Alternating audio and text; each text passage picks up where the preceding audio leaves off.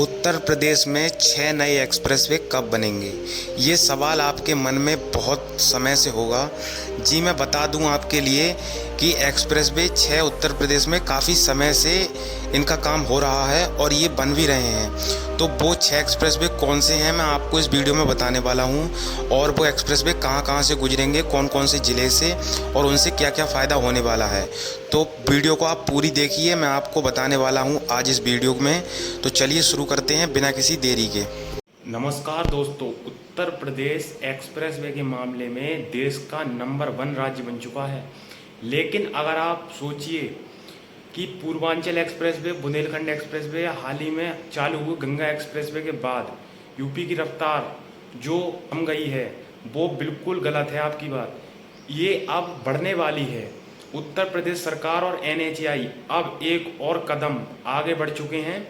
UP के कोने कोने को जोड़ने और ग्रामीण अर्थव्यवस्था को सीधा ग्लोबल मार्केट से कनेक्ट करने के लिए 6 बिल्कुल नए एक्सप्रेसवे पर काम शुरू हो चुका है। ये वो एक्सप्रेसवे हैं जो अभी तक खुले नहीं हैं। इनमें कुछ रूट फाइनल हो रहे हैं और कुछ का सर्वे चल रहा है। तो आज हम अपनी वीडियो में लेकर आए हैं उत्तर प्रदेश के 6 नए एक्सप्रेसवे, जो बिल्कुल नए एक्सप्रेसवे हैं। वो हम जानेंगे भी कौन से एक्सप्रेसवे हैं, कहाँ कहाँ से गुजर रहे हैं, कौन कौन से ज़िले से गुजर रहे हैं, उनसे क्या क्या फ़ायदा होने वाला है। और आपका गांव है इन क्षेत्रों में, वो आप हमें बताइए कमेंट में, आपके यहाँ से कौन सा का काम चल रहा है, सर्वे चल रहा है। तो वीडियो शुरू करते हैं बिना किसी देरी के। प्लीज़ हमारे चैनल को सब्सक्राइब करें, वीडियो को लाइक करें और वीडियो को अंत तक देखें। हमारी लिस्ट में पहला और सबसे बड़ा एक्सप्रेसवे है गोरखपुर शामली ग्रीनफील्ड एक्सप्रेसवे। ये उत्तर प्रदेश का अब तक का सबसे महत्वाकांक्षी प्रोजेक्ट होने जा रहा है, जिसकी लंबाई लगभग 700 किलोमीटर प्रस्तावित है। इसका रूट और कनेक्टिविटी कुछ इस प्रकार होने वाली है। ये एक्सप्रेसवे पूर्वी उत्तर प्रदेश के गोरखपुर से शुरू होकर संत कबीर नगर, बस्ती, सिद्धार्थनगर, बलरामपुर, सीतापुर, शाहजहाँपुर, बदायूं और रामपुर, संभल और मुरादाबाद, अमरोहा से होते हुए सीधा बिजनौर और मुजफ्फरनगर के वेस्ट यूपी के शामली जिले में तक जाएगा। और ये एक्सप्रेसवे सीधे दिल्ली, सहारनपुर, देहरादून एक्सप्रेसवे से भी रास्ते में कनेक्ट करने वाला है। और इसका जो दिल्ली देहरादून एक्सप्रेसवे से कनेक्ट होकर इंटरचेंज बनेगा, वह बिल्कुल इसके जो इसका शुरुआती पॉइंट होगा वहाँ पर बनाया जाएगा, जो कि गोगवान जलालपुर नामक एक गांव है। गोरखपुर शामली एक्सप्रेसवे यहाँ से शुरू होगा। वहीं बात कर लेते हैं इसकी रिसर्च और वर्तमान स्थिति की। तो फिलहाल इस विशाल एक्सप्रेसवे के अलाइनमेंट को अंतिम रूप दिया जा रहा है। इसका सबसे बड़ा फायदा यह होगा कि नेपाल बॉर्डर के समांतर चलेगा, जिससे भारत नेपाल सीमा से जुड़े पिछड़े ग्रामीण क्षेत्रों को सीधा हाईवे नेटवर्क मिलेगा। और जो पश्चिमी उत्तर प्रदेश और पूर्वी यूपी के जो ज़िले हैं जो पिछड़ रहे हैं अर्थव्यवस्था से, उनको सीधा लाभ मिलने वाला है। गांव को इससे सीधा रोजगार दिया जाएगा और इसमें कई अर्थव्यवस्था को लेकर इंडस्ट्रियल कॉरिडोर बनाए जाएंगे रास्ते में। इससे गांव को क्या फायदा होगा, तो इस रूट पर आने वाले संभल, बदायूं और बलरामपुर जैसे जिलों के किसानों की सब्जियां, अनाज और दूध चंद घंटों में दिल्ली एनसीआर की मंडियों तक पहुंच सकेंगे। कृषि विशेषज्ञों के अनुसार इस एक अकेले एक्सप्रेसवे से करीब 1200 से अधिक गाँव को सीधा व्यापारिक रिश्ता मिलेगा और वहाँ के क्षेत्रों का विकास हो सकेगा। हमारी लिस्ट का दूसरा महाप्रोजेक्ट है गाजियाबाद कानपुर एक्सप्रेसवे। वर्तमान में गाजियाबाद से कानपुर जाने में 8 घंटे का समय लगता है, लेकिन इस एक्सप्रेसवे के बनने के बाद ये दूरी सिमटकर सिर्फ 3.5 से 4 घंटे की रह जाएगी। और अब बात कर लेते हैं रूट और कनेक्टिविटी की। तो यह एक्सप्रेसवे गाजियाबाद से शुरू होकर हापुड़, बुलंदशहर, अलीगढ़, कासगंज, फर्रुखाबाद, कन्नौज और उन्नाव होते हुए कानपुर को जोड़ेगा। यह पूरी तरीके से एक नया ग्रीनफील्ड अलाइनमेंट होगा, यानी यह मौजूदा नेशनल हाईवे से अलग हटकर ग्रामीण इलाकों के बीच से गुजारा जाएगा। और अब बात कर लेते हैं इसके रिसर्च और वर्तमान स्थिति की। तो इसके लिए national highway authority of India ने विस्तृत परियोजना रिपोर्ट डीपीआर तैयार कर चुकी है। वो एनएचएआई और भूमि अधिग्रहण के लिए शुरुआती नोटिफिकेशन जारी किए जा रहे हैं। गांव को इससे क्या फायदा होगा, तो अलीगढ़ के ताले, कन्नौज का इत्र और फर्रुखाबाद, कासगंज का कृषि उत्पाद सीधे गाजियाबाद और दिल्ली के बाजारों में जुड़ जाएगा। इसके किनारे विशेष लॉजिस्टिक पार्क और वेयर हाउस बनाए जा रहे हैं, जिससे ग्रामीण युवाओं को बड़े शहरों में पलायन नहीं करना पड़ेगा, बल्कि उनके गांव में उनके पास ही उन्हें नौकरियां मिलेंगी, जिससे कि क्षेत्र का विकास होगा। अब बात करते हैं कि गाजियाबाद कानपुर एक्सप्रेसवे कब बनकर तैयार होगा। तो विशेषज्ञों की माने तो हम कह सकते हैं कि 2030 के आसपास तक ये एक्सप्रेसवे जनता के लिए खोल दिया जाएगा, ऐसा संभावना है। अब बात करते हैं तीसरे एक्सप्रेसवे की, जिसका नाम है विंध्य एक्सप्रेसवे। यूपी का बुंदेलखंड और विंध्य क्षेत्र हमेशा से बुनियादी ढांचे के मामले में थोड़ा पीछे रहा है, लेकिन ये एक्सप्रेसवे इस धारणा को भी पूरी तरह बदलने वाला है। अब बात करते हैं इसके रूट और कनेक्टिविटी की। तो ये एक्सप्रेसवे धार्मिक नगरी प्रयागराज से शुरू होकर मिर्जापुर होते हुए सोनभद्र तक जाएगा। इसके आगे मध्य प्रदेश और बिहार की सीमाओं से इसे जोड़ने की योजना है भविष्य में। और रिसर्च और वर्तमान स्थिति की बात करें तो उत्तर प्रदेश सरकार ने इस एक्सप्रेसवे के को पर्यटन और उद्योग दोनों के लिहाज से डिजाइन किया है। इसकी मदद से विंध्याचल धाम आने वाले श्रद्धालुओं को तो आसानी होगी ही, साथ ही देश के अन्य हिस्सों से कनेक्टिविटी भी सुधारी जाएगी। गांव को क्या फायदा होगा, तो सोनभद्र और मिर्जापुर के ग्रामीण इलाकों में प्रचुर मात्रा और खनिज पत्थर और प्राकृतिक संसाधन हैं। एक्सप्रेसवे के आने से इन इलाकों में नई सीमेंट फैक्ट्रियां, बिजली प्लांट और स्मॉल स्केल इंडस्ट्रीज लगेंगी। गांव के आदिवासियों और स्थानीय निवासियों को रोजगार के नए साधन मिलेंगे, जिससे कि पूरे विंध्य को एक नई उड़ान मिलेगी, जिससे इस क्षेत्र का विकास हो सकेगा।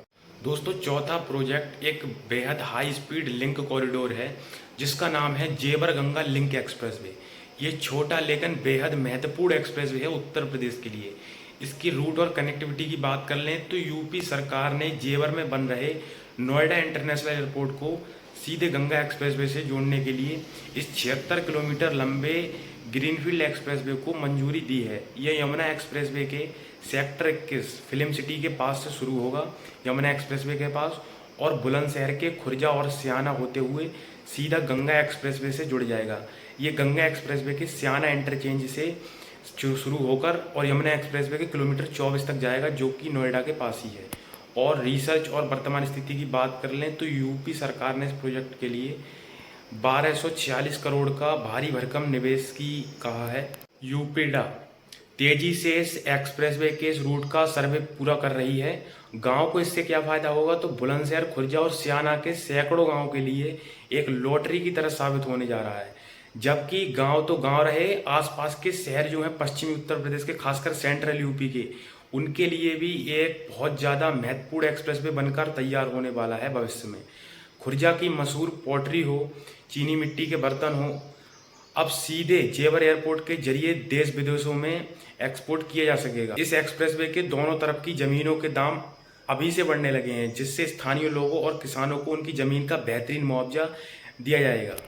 बात करें ये एक्सप्रेसवे कब बनेगा, तो ये सभी एक्सप्रेसवे में जल्द से जल्द बनकर तैयार होगा, क्योंकि जैसे आप देख रहे होंगे जेवर इंटरनेशनल एयरपोर्ट का काम बहुत तेजी से आगे बढ़ रहा है, उसी प्रकार से इस जेवर गंगा लिंक एक्सप्रेसवे का भी काम बहुत तेजी से हो रहा है। इसमें जमीनों का जो है सर्वे वो चल रहा है और जल्दी जमीन अधिग्रहण करके किसानों को मुआवजा दिया जाएगा और काम स्टार्ट इस पर किया जाएगा। पांचवा एक्सप्रेसवे भारत की संस्कृति और पर्यटन को पूरी तरीके से इसका चेहरा बदलने जा रहा है। जी हाँ, हम बात कर रहे हैं Ayodhya Varanasi high speed expressway की। इसकी रूट और कनेक्टिविटी की बात कर लें तो वर्तमान में अयोध्या से वाराणसी जाने में 4 से 5 घंटे का समय लगता है, लेकिन इस नए 6 लेन एक्सिस नियंत्रित कॉरिडोर के बनने के बाद ये दूरी सिर्फ 2 से 2.5 घंटे में पूरी हो जाएगी। ये मार्ग अयोध्या से शुरू होकर अंबेडकर नगर, सुल्तानपुर और जौनपुर के ग्रामीण इलाकों से होते हुए सीधे वाराणसी, काशी तक पहुंचेगा। और अब बात कर लें इसके रिसर्च और वर्तमान स्थिति की, तो NHAI ने इस प्रोजेक्ट की DPR डिटेल्ड प्रोजेक्ट रिपोर्ट बनाने के लिए कंसल्टेंट एजेंसी की नियुक्ति की प्रक्रिया शुरू कर दी है। केंद्र सरकार द्वारा इसके लिए प्रारंभिक ड्रोन सर्वे का भी पूरा किया जा चुका है काम। और गांव को इससे क्या फायदा होगा, तो हर साल करोड़ों वैश्विक पर्यटन अयोध्या और काशी आते हैं, जिसमें कई पर्यटक विदेशी भी होते हैं। इस एक्सप्रेसवे के आने के बीच में पड़ने वाले अंबेडकर नगर और जौनपुर के गांव के होमस्टे, ग्रामीण हैंडीक्राफ्ट और पर्यटन ढाबे, होटल, हस्तशिल्पकार के बाजारों का विषय आएगा और गांव के स्थानीय कारीगरों को अपने उत्पाद बेचने के लिए किसी भी जगह जाने की जरूरत नहीं पड़ेगी, इससे कि अपने यहीं एक बहुत बड़ा रोजगार अवसर ये प्राप्त करने वाले हैं इस एक्सप्रेसवे के जरिए। ये एक्सप्रेसवे पूर्वी यूपी के पर्यटन के लिए एक गेम चेंजर बनकर साबित होगा। हमारी लिस्ट का छठा और आखिरी एक्सप्रेसवे है अमरोहा हरिद्वार लिंक एक्सप्रेसवे। ये वास्तव में गंगा एक्सप्रेसवे का एक बेहद महत्वपूर्ण विस्तार एक्सटेंशन है, जो कि अमरोहा उत्तर प्रदेश के अमरोहा जिले से शुरू होकर उत्तराखंड के हरिद्वार तक जाएगा। वैसे तो ये इसका जो हिस्सा है हरिद्वार का वो उत्तराखंड में लगता है, तो ये यूपी का एक्सप्रेसवे नहीं हुआ, मगर हाँ इसका ज़्यादातर जो हिस्सा है हरिद्वार को छोड़ दें तो यूपी से ही गुजरने वाला है और इसका सीधा जो फायदा होगा वो उत्तर प्रदेश के गाँव के लिए ही होगा। तो बात कर लें इसके रूट और कनेक्टिविटी की, तो प्रधानमंत्री नरेंद्र मोदी और योगी सरकार ने गंगा एक्सप्रेसवे को सीधे उत्तराखंड बॉर्डर तक बढ़ाने का फैसला किया है। ये नया लिंक एक्सप्रेसवे लगभग 146 किलोमीटर लंबा होगा और जो अमरोहा से शुरू होकर बिजनौर के रास्ते सीधे उत्तराखंड को जोड़ेगा। इसके बनने के बाद दो सबसे बड़े महाकुंभ शहरों प्रयागराज और हरिद्वार के बीच की दूरी बेहद कम हो जाएगी। बात करें इसके रिसर्च और वर्तमान स्थिति की, तो यूपीडा ने इस प्रोजेक्ट पर बहुत तेजी से काम शुरू कर दिया है। अमरोहा और बिजनौर के 62 गांवों के सजरा मैप सेटलमेंट मैप मंगवाकर अलाइनमेंट सर्वे शुरू कर दिया है ताकि जमीन अधिग्रहण का काम समय पर पूरा हो सके। अब इससे बताता हूं मैं गांव को क्या फ़ायदा होगा। तो वेस्ट यूपी के अमरोहा और बिजनौर के किसान बड़े पैमानों पर गन्ने और अन्य फसलों की खेती करते हैं, तो इस एक्सप्रेसवे से जो ग्रामीण क्षेत्रों में कृषि आधारित उद्योग एग्रो वेस्ट इंडस्ट्रीज होंगी, उनका फूड प्रोसेसिंग यूनिट लगने की संभावना अधिक बढ़ जाएगी, जिससे कि सरकार भी इन्हें एक बढ़ावा देगी और इन्हें एक अच्छा रोजगार देने के लिए एक प्रयास करेगी और भविष्य में इसका फायदा इन्हें सीधे शब्दों में दिखने वाला है। तो दोस्तों ये थे 6 बिल्कुल नए और आगामी एक्सप्रेसवे जो आने वाले सालों में उत्तर प्रदेश के भूगोल और अर्थव्यवस्था को पूरी तरीके से बदलने वाले हैं। सरकार की योजना सिर्फ सड़क बनाना नहीं है, बल्कि इन एक्सप्रेसवे के दोनों तरफ 27 नए औद्योगिक पार्क यानी इंडस्ट्रियल पार्क और विशेष आर्थिक जोन SEZs विकसित कर रहा है। इसका मतलब यह है कि आने वाले समय में उत्तर प्रदेश के हजारों गांवों के युवाओं को रोजगार के लिए दिल्ली, मुंबई या बेंगलुरु नहीं भागना पड़ेगा, बल्कि उनके जिले में ही रोजगार विश्व स्तरीय अवसर पैदा होंगे और इंफ्रास्ट्रक्चर का एक जाल यूपी को भारत के $1 ट्रिलियन की इकोनॉमी बनाने में सबसे बड़ा रोल दिया जाएगा। वीडियो देखने के लिए आपका बहुत बहुत धन्यवाद। सब्सक्राइब करें मेरे चैनल को और वीडियो को लाइक करें ऐसी और अपडेट देखने के लिए।